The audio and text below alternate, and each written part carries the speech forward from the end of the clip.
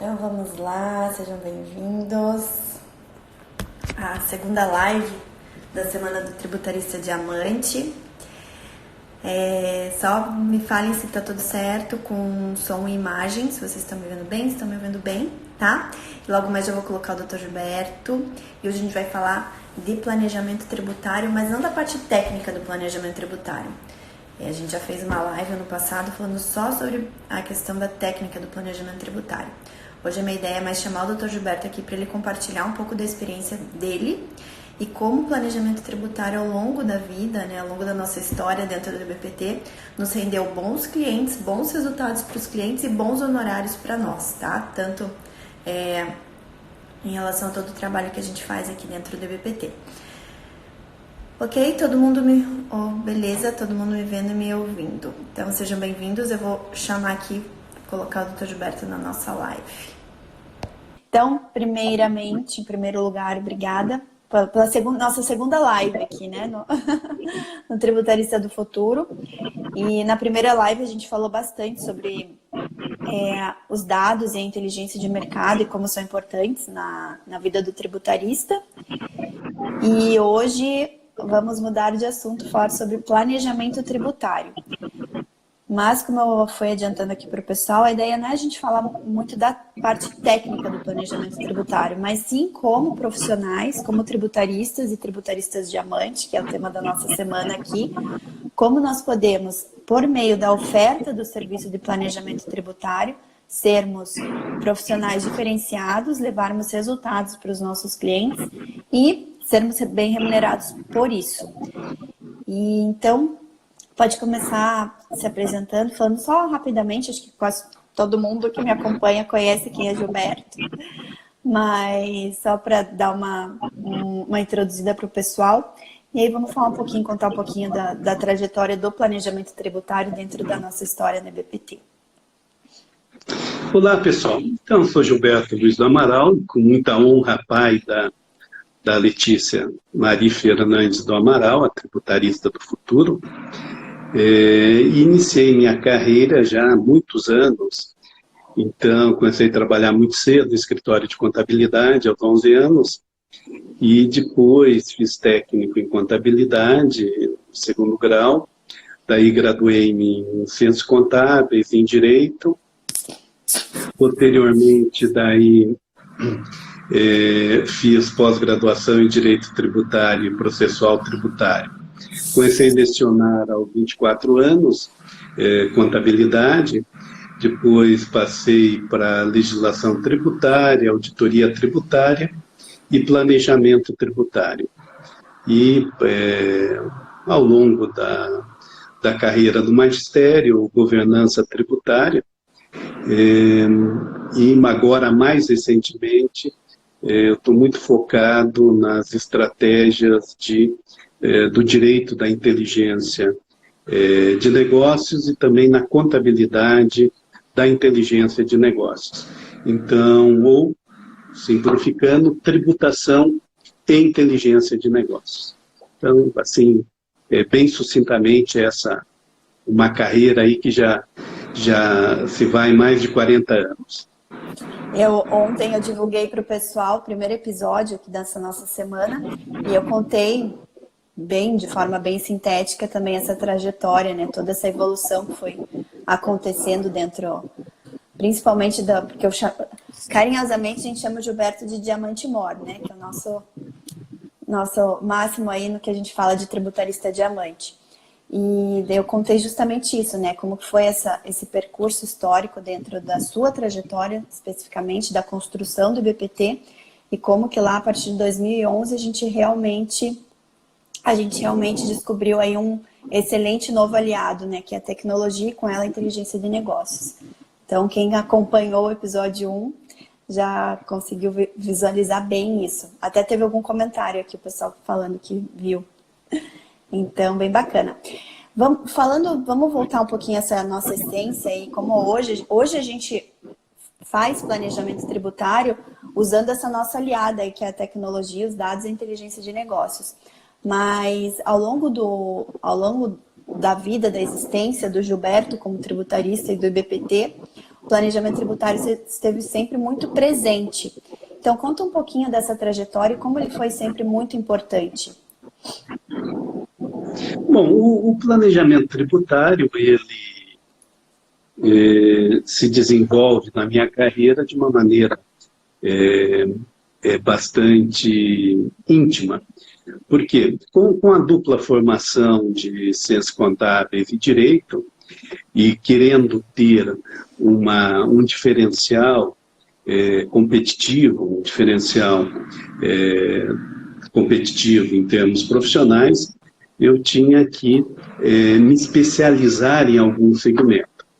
Então, sempre gostei bastante da tributação e o tema planejamento tributário sempre chamou bastante a atenção do empresariado. Então, aí foi um caminho natural de desenvolver na análise do direito e na análise da contabilidade, fazer esse link com o planejamento tributário. Então, buscar soluções legais para a redução da carga tributária. Comecei minha carreira ainda quando da vigência da Constituição anterior. A Constituição atual, de 5 de outubro de 88, então, vamos lá, me formei em Ciências Contábeis em 1983, em Direito, 1985.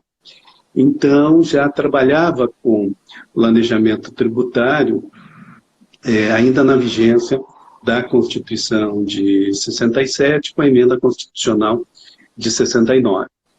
E, principalmente, na questão do imposto de renda e também do antigo ICM.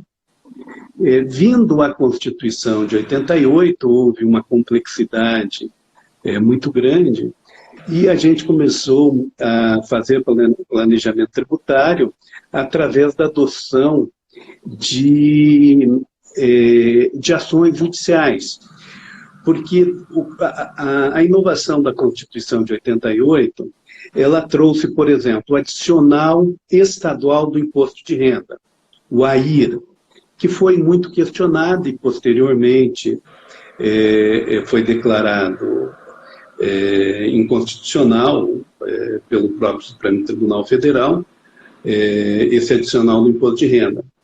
Então, teve a introdução da contribuição social sobre o lucro líquido. E logo no seu início também houve um questionamento. Teve a questão do antigo fim social, precursor da COFINS, que também se questionou muito. Então, quando se introduziu a COFINS, também muitos questionamentos. Então, eu comecei a fazer planejamento muito através de ações judiciais.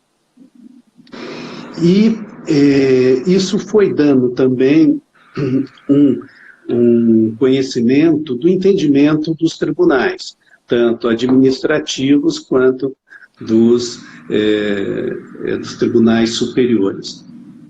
Bom, daí nós tínhamos que começar a aplicar o planejamento tributário em termos operacionais.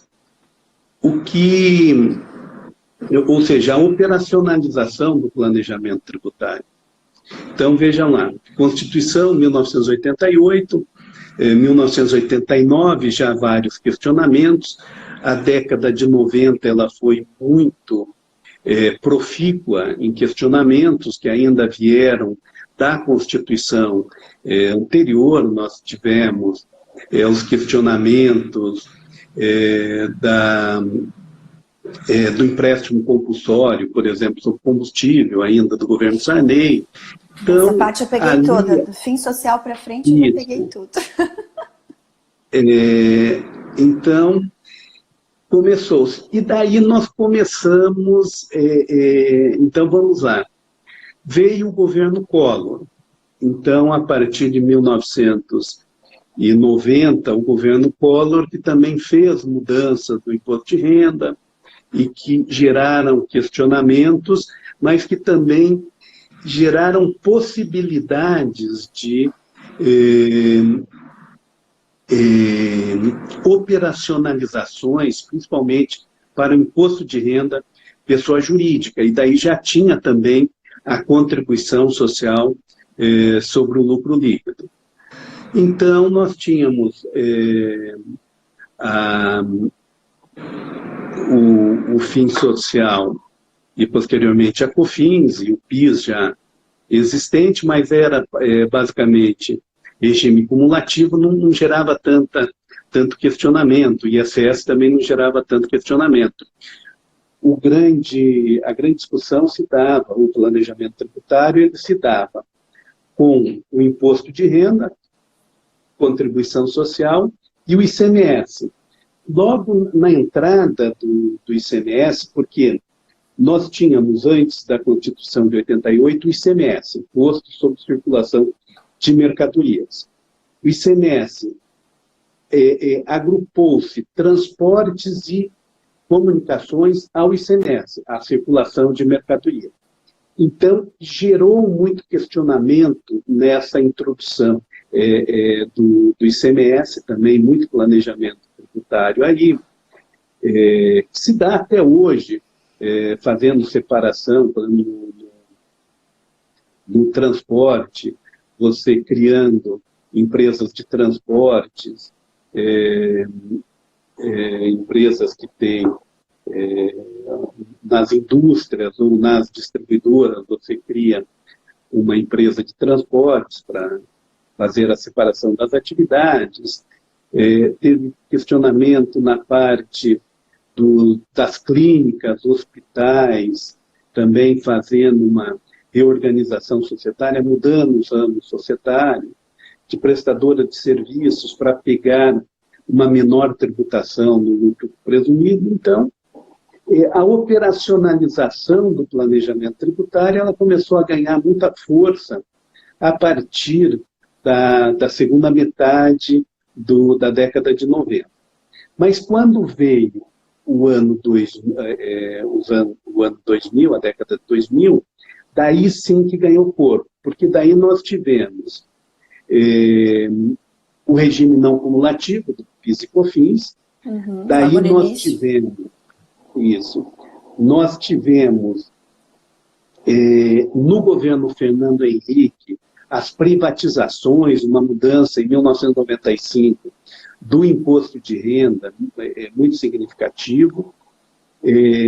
Então, isso permitiu uma série de reorganizações societárias para uso de ágio, para uso de debêntures, para separação de empresas. Então, se ganhou muita força a operacionalização do planejamento tributário, a utilização de holdings. Então, essa operacionalização do planejamento tributário. E historicamente, eu vejo ali todo esse percurso que realmente, até por conta do IBPT, quando ele surgiu, ele era o Instituto Brasileiro de Planejamento Tributário, né? Ele começou com esse nome e ficou com esse nome até 2011. Então, realmente, ali nesse início de trajetória, foi aí que se construiu Gilberto e IBPT e tudo que hoje é o grupo que a gente chama Grupo Amaral, se construiu muito em cima do planejamento tributário e focado em médias empresas, não é isso mesmo? A gente, o IBPT é de 12 de dezembro de 1992. Então, nós completamos já 27 anos. Então, veja que nós iniciamos com 4 anos de Constituição de 88. Mas nós já tínhamos uma atuação, porque assim que promulgada a Constituição de 88, nós criamos a Associação Brasileira de Defesa do Contribuinte. Então, que foi a mantenedora do IBPT durante muitos anos.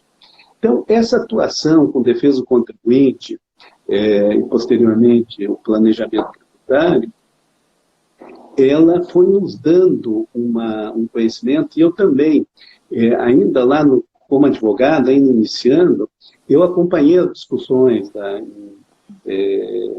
da Constituinte Então, 1987, 1988, através das associações comerciais, aqui no Paraná, na Associação Comercial do Paraná e também em Brasília, ajudando a apresentar emendas, acompanhando os constituintes.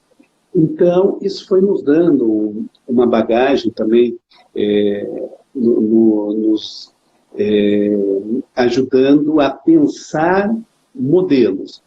E quando a gente criou o IBPT, a gente sabia que não ficaria adstrito somente a planejamento tributário.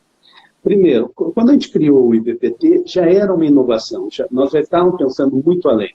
Uhum. Porque em 1997 a gente começou a fazer estudo de carga tributária. Então, a gente começou a fazer estudos de sonegação tributária, estudos de normas tributárias. Então, não era só o planejamento tributário, algo muito, muito restrito. Primeiro, foi uma inovação do IBPT, porque a gente queria discutir o planejamento tributário não somente na seara dos advogados, não somente com o cunho jurídico, mas também com os contadores, com os economistas, com os administradores, com os empresários. Ou seja, discutir o planejamento tributário de uma maneira multidisciplinar.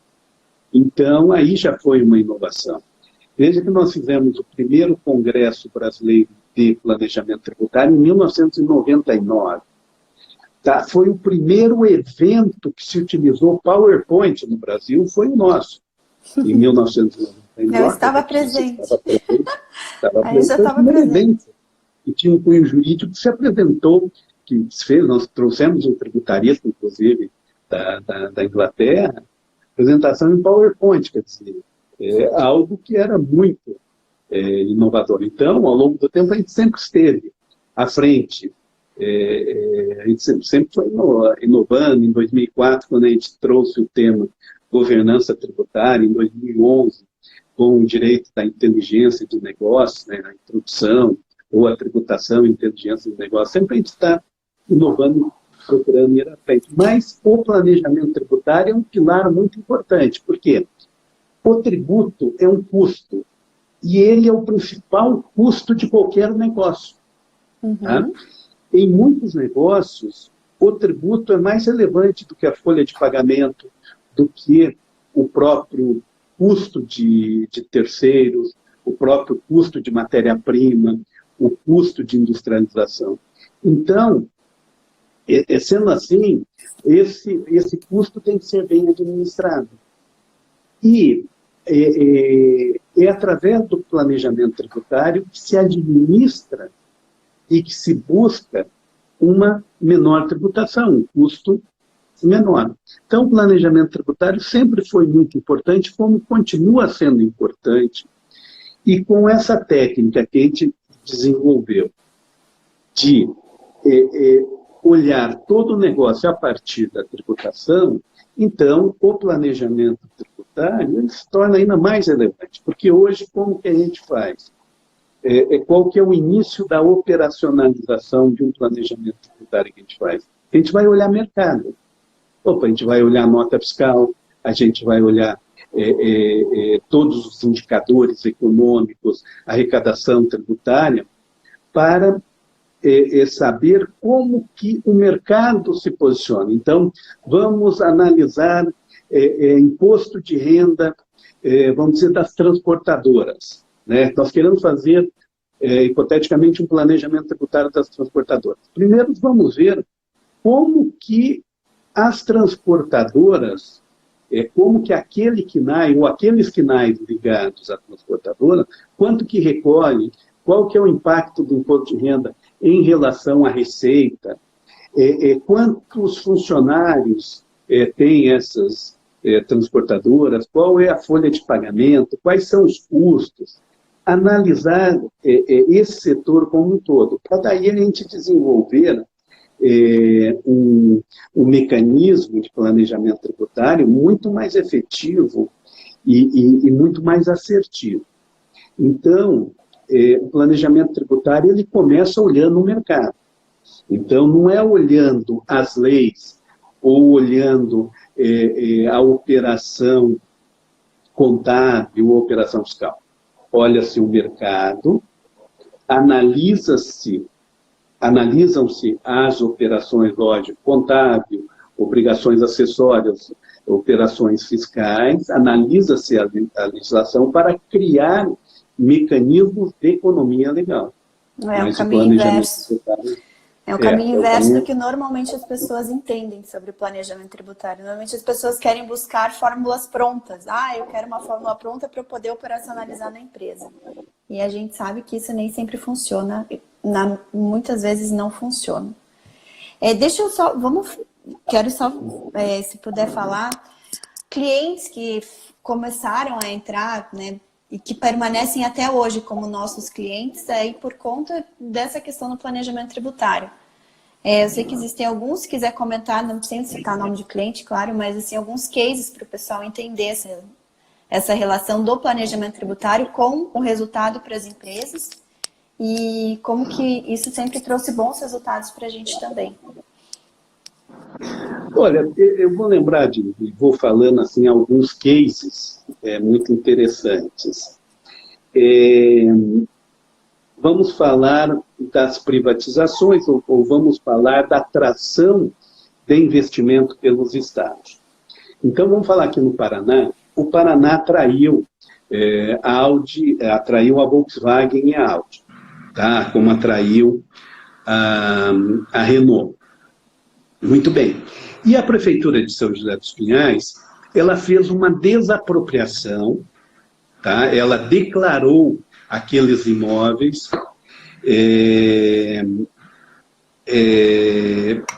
para fim de interesse econômico do município, para lá instalar as fábricas de automóveis, as montadoras. Muito bem, e nós fomos procurar no nosso escritório porque o nosso cliente queria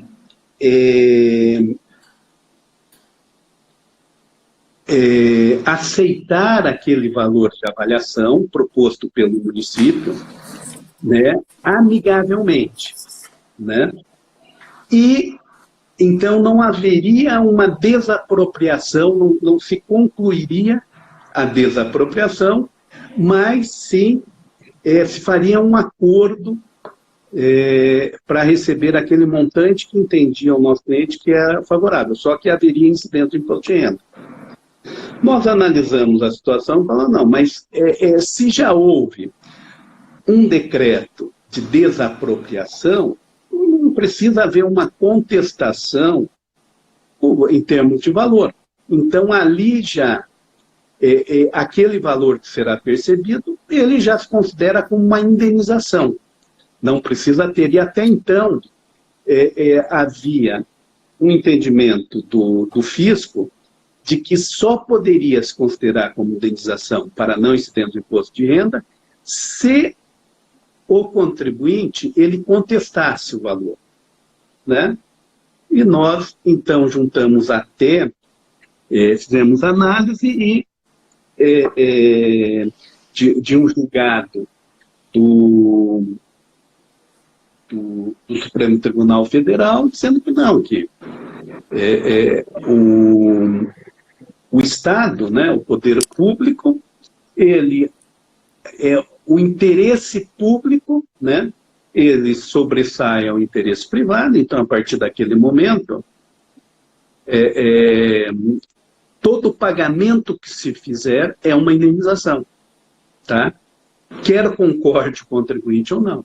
Então, isso, à época, gerou para o nosso cliente, que tinha era uma área muito grande, uma economia muito grande, e também para nós, consequentemente, honorários. Também na década de 90, então, o regulamento do imposto de renda,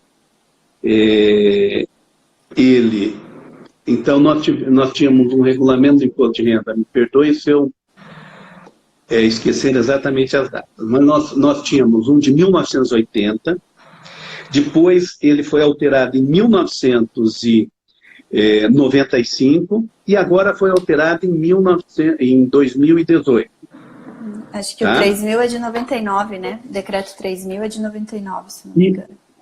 O decreto 3.000 é de 99.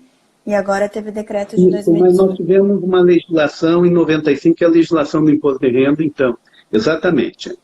Nós tínhamos o decreto 85.450 de 80, daí eu só não vou lembrar o número da lei, que é de 95, que alterou o imposto de renda, que daí foi recepcionado no decreto 3.000 do imposto de renda, que agora o decreto do imposto de renda, vou me socorrer aqui da internet, é o 9.580, de 2018.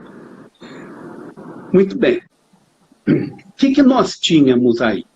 Nós tínhamos lá no decreto que os regimes de tributação para o imposto de renda eram o lucro real, lucro presumido e o lucro arbitrário. De um período, a legislação do imposto de renda, de uns 5 anos mais ou menos, 90 a 95, ela considerou que o lucro arbitrado só poderia ser de iniciativa do fisco. O que, pela legislação de 95, foi modificado. Então, a legislação, desde 95, os regimes do imposto de renda é lucro real, presumido e arbitrado. Salvo, tem o simples, que é uma outra legislação. Muito bem. E o lucro arbitrado, ele pode ser de iniciativa do contribuinte. Então, vamos lá. O lucro real. Ao longo do tempo, muita discussão, né? Muita polêmica, se poderia... Muita polêmica se o contribuinte podia ou não auto-arbitrar.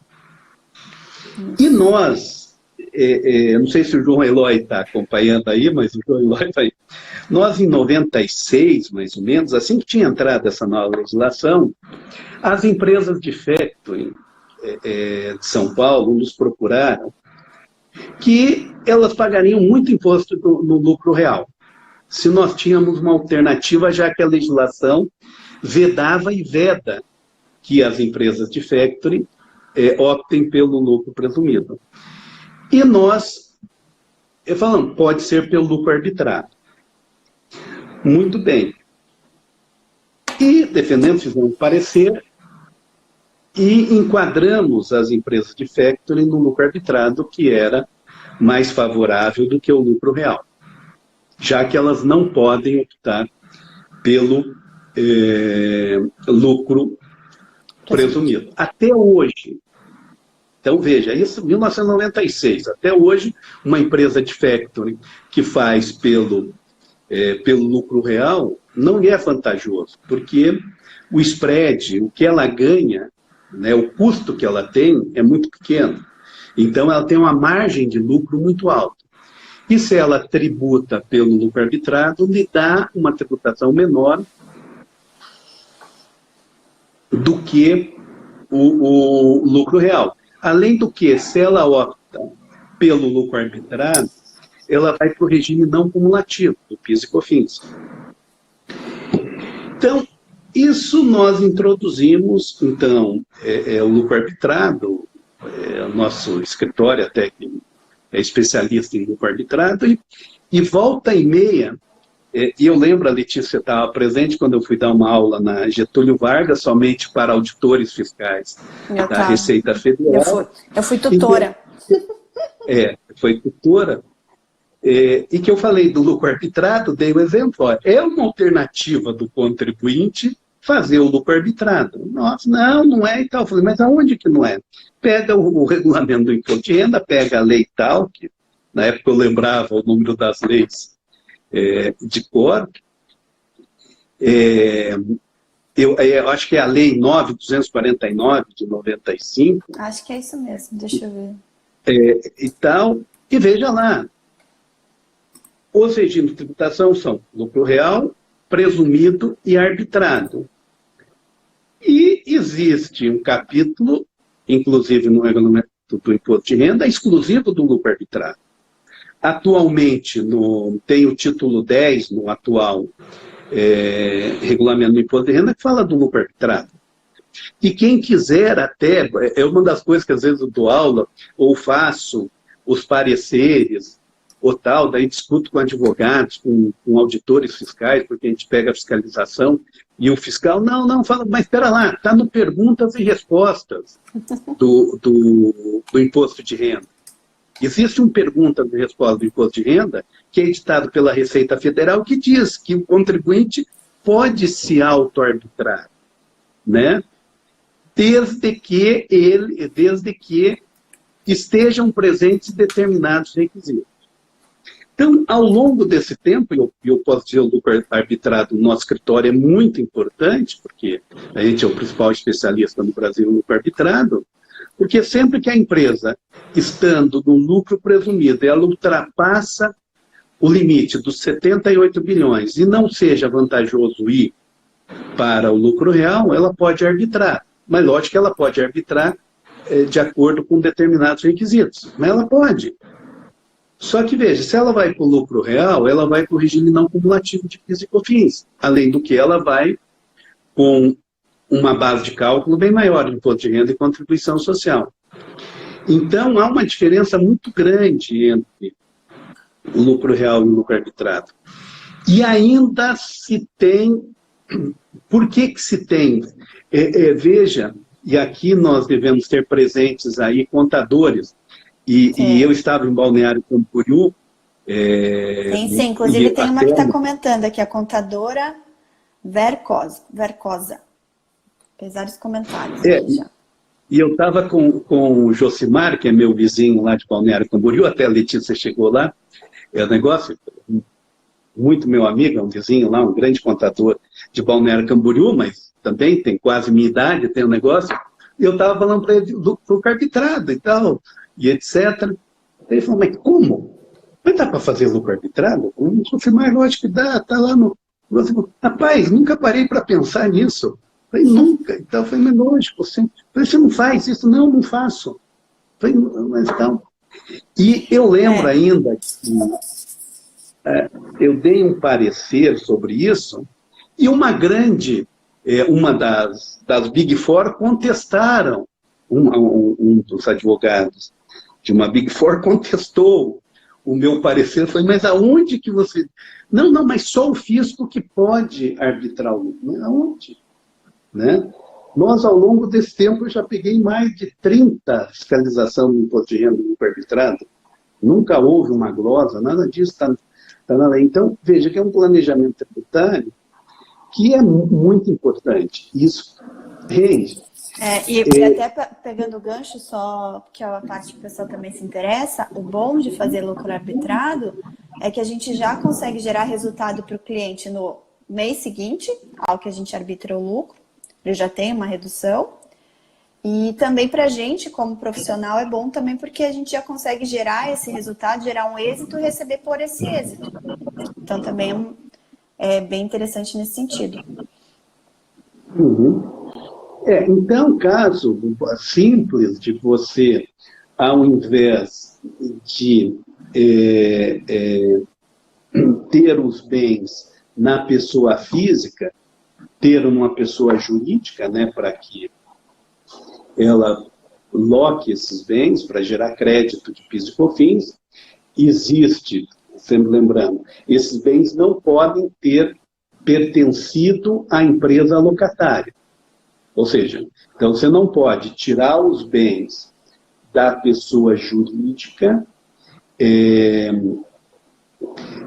para jogar numa holding, por exemplo, para querer gerar crédito de PIS e COFINS, porque a legislação ela fala que ela cria a ressalva de que esses bens não podem ter pertencido àquela pessoa jurídica.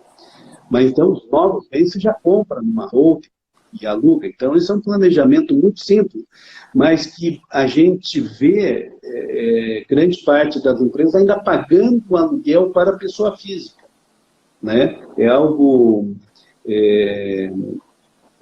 muito comum. Então, a operacionalização do planejamento tributário, e hoje, com os fundos de investimento, que você pode fazer um planejamento de mais longo prazo para não ter a incidência de imposto de renda na pessoa física também, no caso de sucessões, você fazer a doação,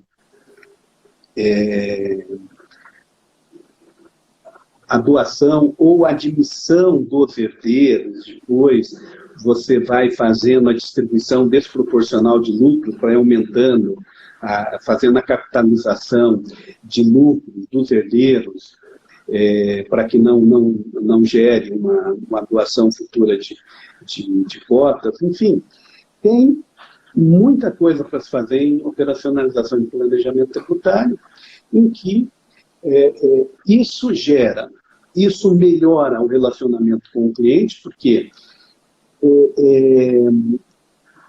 existem duas coisas que o nosso cliente fica contente com a gente. Tá? Quando a gente apresenta a alternativa para aumentar a alegria dele ou para diminuir a dor. Tá? Ele paga com satisfação. Quando você aumenta a alegria ou você diminui a dor. Então, planejamento tributário, você aumenta a alegria, porque você gera um lucro maior, e diminui a dor dele, que faz ele pagar menos tributo. E tributo ninguém gosta de pagar. Tá? E hoje, com os controles cada vez maiores do fisco, o fisco é um grande aliado da gente que trabalha legalmente. Tá?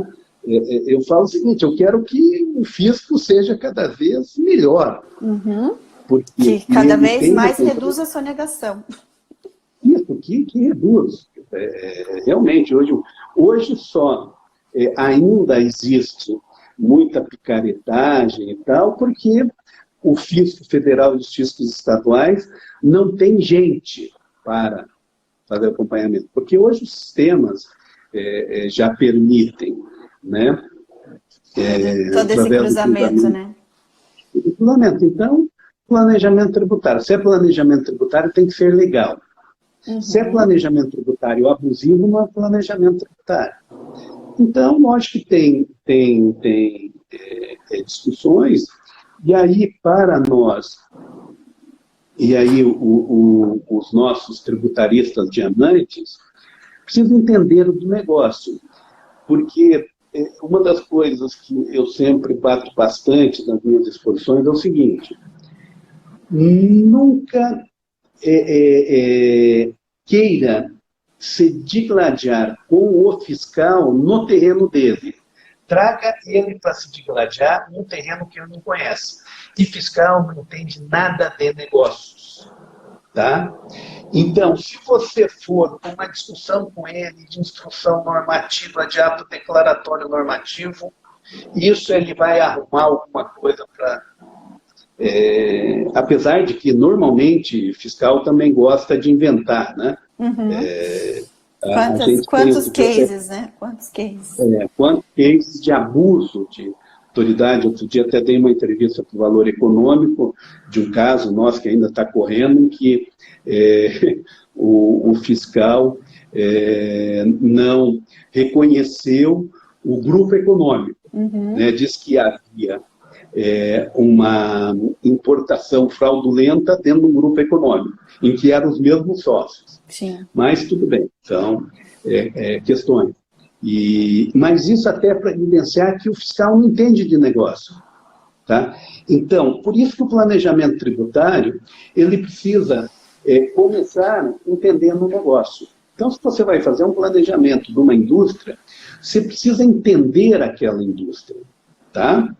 Quer ver um caso interessante?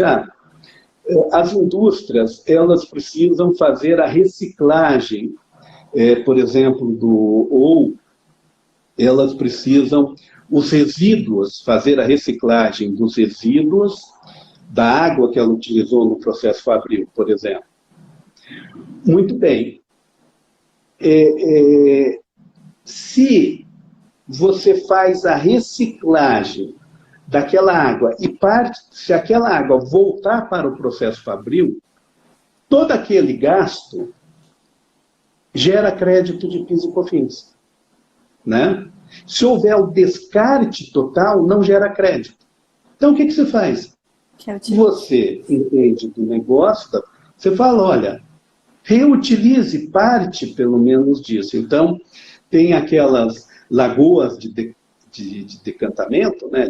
Então, não, pega uma parte daquilo e volta para utilizar e você gerou crédito de PIS e COFINS. Então... Aliás, créditos de PIS e COFINS é um terreno bem fértil para explorar em planejamento tributário, né? Sim, porque o conceito de insumo, se lembrar, logo que saiu, o fato da gente ter tempo, né? Então, quando eu me olho no espelho, estou me vendo ali no vídeo, então tem esses vincos aqui que eu não gosto muito, esse pé de galinha, essas olheiras aqui e tal, que eu gostaria de ter uma pele lisinha e tal, ainda nos meus 15 anos, mas não tenho mais. Mas isso também nos traz, porque isso tem experiência. Então, nós estávamos presentes quando a introdução estava trabalhando do regime não cumulativo. E eu tenho artigo, tenho livro publicado sobre o que é o conceito de insumo. Quer dizer, agora que está se discutindo o que eu... Agora, veja, foi 2001, do PIS não cumulativo, a MT66, né? Eu falei lá, o conceito de insumo não é conceito nem jurídico, não é nem conceito contábil. Ele é um conceito econômico. O que é um conceito, insumo? Insumo é tudo aquilo que é utilizado para a fabricação ou para a prestação de serviços. Tá? Então, ao longo do tempo, até lembrando algumas figuras que a gente criou para explicar isso, né? Do NEI, né? Eu ia falar do necessário, NEI essencial, específico, indispensável, gera crédito. Tá? Então, eu lembro que eu falava, olha, tudo aquilo que gera, que é necessário, específico e indispensável, se você, por exemplo, para... É essencial, Ney. É necessário, essencial e indispensável. Essencial, ou imprescindível, essencial, né? Imprescindível, é o critério da essencialidade. Então, o frigorífico. Se a utilização de bota, né, para o pessoal que trabalha dentro, se tem uma norma que determina aquilo, né, é imprescindível. Pronto. É imprescindível. Você não funciona sem aquilo. Tá? E veja que no caso do PIS e COFINS, independe se foi pago ou não foi pago na cadeia anterior. Certo? Então, você tem coisas, tanto é que você pode se utilizar de crédito, independentemente, pode não ter sido pago PIS e COFINS na cadeia anterior. Tá? E aí eu vou, para gerar polêmica, porque eu gosto de gerar polêmica. O pagamento da OAB, do registro da OAB para o escritório de advocacia, gera ou não crédito de PIS e COFINS? É lógico que gera. O escritório de advocacia não funciona sem para os que estão o no seu real. registro na OAB. Para o escritório de contabilidade CRC, o CREA, para engenharia, o CRAU para arquitetura. Gente, não, mas aquilo não pagou. Mas aonde que diz na lei que precisa ter pago na cadeia anterior? Não é. Tá?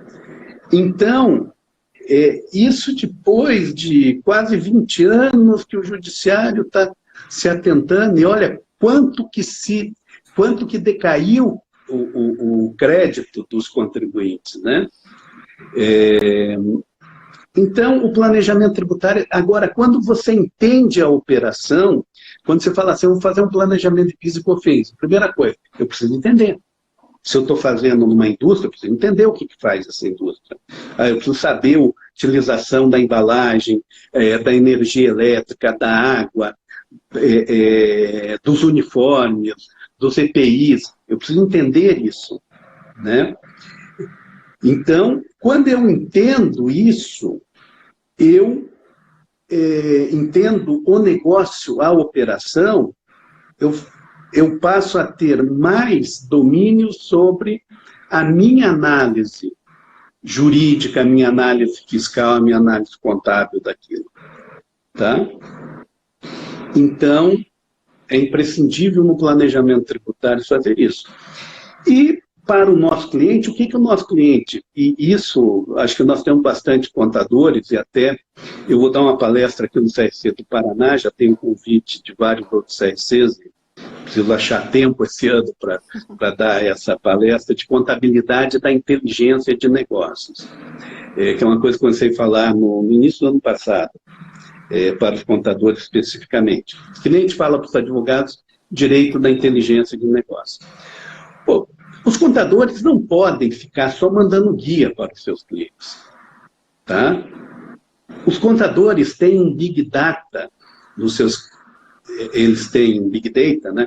Tem um banco de dados maravilhosos para fornecer informações aos seus clientes, para muitas vezes fazer um plano de negócios, para orientar, dar orientações, se abre ou não abre uma nova filial, um novo negócio, se há oportunidade ou não, para fazer pesquisas, para integrar o seu banco de dados com outro banco de dados, e assim, do que ficar sendo, e tinha até uma discussão, agora estávamos em amigos, esse final de ano, então, industriais e tal, e você fala, e às vezes eu fico queimado, eu como contador, eu não tenho escritório de contabilidade, mas todo empresário fala mal de contador. Aí, não, porque eu estou pagando R$ 1.000 de honorário contábil e eu acho caro. E até eu falei, pô, né? Eu falei, bom, você deveria ver o que se faz, né? Mas o contador também ele precisa, porque o que nós, como profissionais, nós precisamos mostrar para o nosso cliente, além daquilo que ele vê. Nós precisamos agregar valor no nosso serviço, porque, senão, nós seremos substituídos pelos softwares. Sim, né? sem dúvida. Software contábil tem um monte. Sim. Tá? Software, até mesmo hoje software de comparação de lucro real com lucro presumido tem um monte. Tá? Então, nós precisamos agregar valor. E nós, como seres humanos, nós é que geramos a confiabilidade perante os nossos clientes. Agora, nós temos que aumentar a alegria dele ou diminuir a dor. A dor. E só com preguiça não faz nenhum dos dois, né? Só com preguiça parece que é só obrigação. E na verdade nós estamos aumentando a alegria do governo, né, que está recebendo mais. Então, é um posicionamento de mercado, inteligência de negócio, a gente tem trabalhado com isso, veja, nós já fizemos 2 BIs, que o curso que está Business Intelligence. BI Tax Pios, a gente fez as 2 BI Taxatom, que são as 2 maratonas de tributação e inteligência de negócios. A gente fez 2 turmas da BI Tax Pios, que é o nosso curso de formação de tributólogo. Próxima turma agora, fim do mês. E esse ano já foi anunciado que vamos ter a 3ª maratona de tributação e inteligência de negócio. Então, a gente está batendo muito nessa tecla. E, pessoal, aprendam com a experiência. A gente começa a falar muito antes. Você vê que o Dr. Gilberto falou. Ele falou de tese tributária no início da década de 90. Hoje se vê a tese tributária como a grande inovação. E não é isso, já existe há muitos anos. Planejamento tributário, a gente precisa inovar sempre dentro do planejamento tributário. Então, a gente sempre precisa estar além do nosso tempo se a gente não quer ser engolido pela multidão, né? Se a gente não quer continuar fazendo mais do mesmo. Mas ok, gente. Temos alguma pergunta aí que o nosso tempo está se encerrando? Tá, já estamos Alguém chegando. tem uma questão? Pessoal, que eu vi de perguntas aqui, sempre a questão do semestre, exclusão do semestre da base de cálculo PIS e COFINS, que o pessoal está sempre perguntando sobre isso. A gente já fez várias lives para falar disso. Tá. Deixa eu só colocar o seguinte. E o contador vai entender. Eu sempre coloco isso, fica simples, a gente até mandou, né, para o Supremo Tribunal Federal, esse estudo e tal. Partam lá, como que é o registro? Veja lá, você compra a mercadoria, tá? Registro contábil disso. Você registra o quê? A mercadoria, então você pagou 100. Como que vai para estoque? Vai 100 menos o ICMS. Então, você leva para estoque, vamos dizer, 88. Tá?